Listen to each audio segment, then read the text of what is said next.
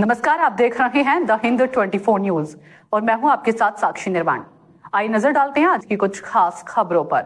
हुगली ग्रामीण पुलिस ने चंडीतला थाने में हुई चोरी को मात्र 48 घंटे के भीतर सुलझा लिया।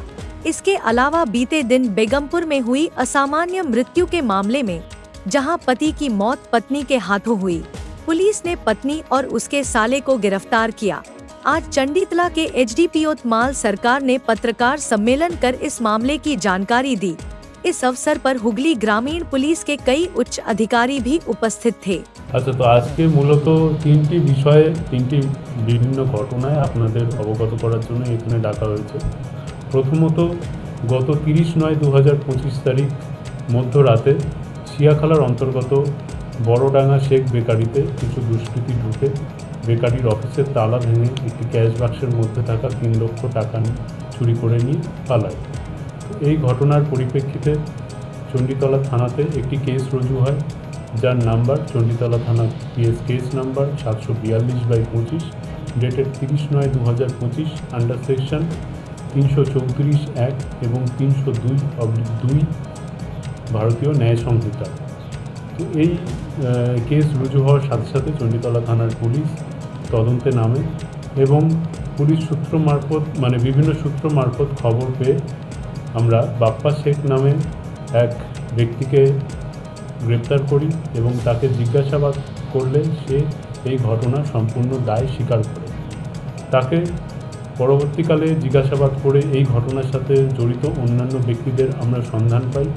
তাদের নাম হচ্ছে রাম মণ্ডল, শেখ রশিদুল আলী এবং শেখ মবিদুল। তো তারপর আমরা তাদেরকেও গ্রেপ্তার করি এবং তাদের থেকে 1 লক্ষ টাকা চুরি যাওয়া নগদ টাকা, যে ক্যাশ বাক্সের মধ্যে এই টাকাটা ছিল সেই ক্যাশ বাক্স এবং এই ঘটনায় ব্যবহৃত পালসার 220 একটি মোটরসাইকেল আমরা বাজেয়াপ্ত করি। আসামিদের শ্রীরামপুর আদালতে পেশ করা হলে তাদের 14 দিন জেল রিমান্ডের নির্দেশ দেয় মহামান্য আদালত। এটি 1 নম্বর ঘটনা।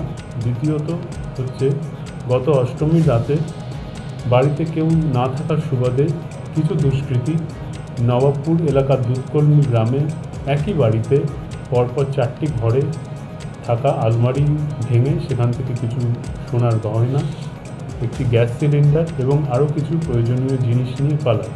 এই ঘটনার পরিপ্রেক্ষিতে চণ্ডীতলা থানাতে একটি মামলা দায়ের হয়, যার case number Chanditala PS case number 750/2025 dated 2/10/2025 under section 305 BNS.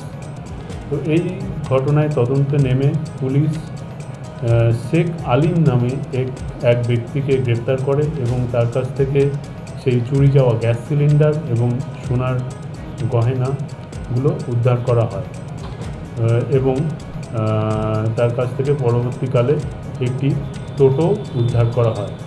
তো এই ব্যক্তিকে আমরা আদালতে পেশ করি এবং তাকে 4 দিনের পুলিশ রিমান্ডে নির্দেশ দেন মহামান্য আদালত। এই ঘটনার সাথে অন্যান্য কারা জড়িত আছে বা আরও কী কিছু চুরি গেছে সেইগুলো আমরা তদন্ত করে এর পরবর্তী পর্যায়ে সেইগুলো আমরা বার করব।